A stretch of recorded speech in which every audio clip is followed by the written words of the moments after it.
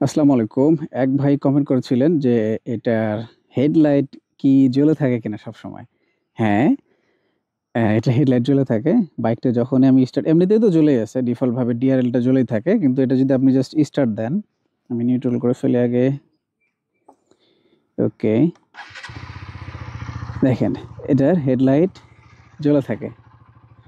এটা জ্বলে থাকে। এটার যতটুকু আমি জানি এটা কেন জ্বলে থাকে কারণ যত আধুনিক বাইক আছে সেগুলোতে হেডলাইট জ্বলে থাকে কারণ ধরেন যে আপনি দূর থেকে আসতেছেন ওর বিপরীত পাশ থেকে আসা গাড়িগুলো যাতে আপনাকে যাতে ভিজিবল পায়, তারা যে দেখতে পায় যে হ্যাঁ অপর দিক থেকে গাড়ি আসতেছে। অনেক সময় মানে বিরূপ আবহাওয়ার কারণে ধরেন যে ভিজিবিলিটি কম, আপনাকে দেখতে পেল না। So, এই সমস্যাগুলো থেকে বাঁচতে আসলে এটা করা হয়েছে। এবং যত আধুনিক বাইকগুলো আছে, মানে আধুনিক বলতে লেটেস্ট যে বাইকগুলো, এগুলোতে আমার মনে হয় এখন এটাই হয়ে আসে যে সেখানে এই হেডলাইট জ্বালানো থাকবে।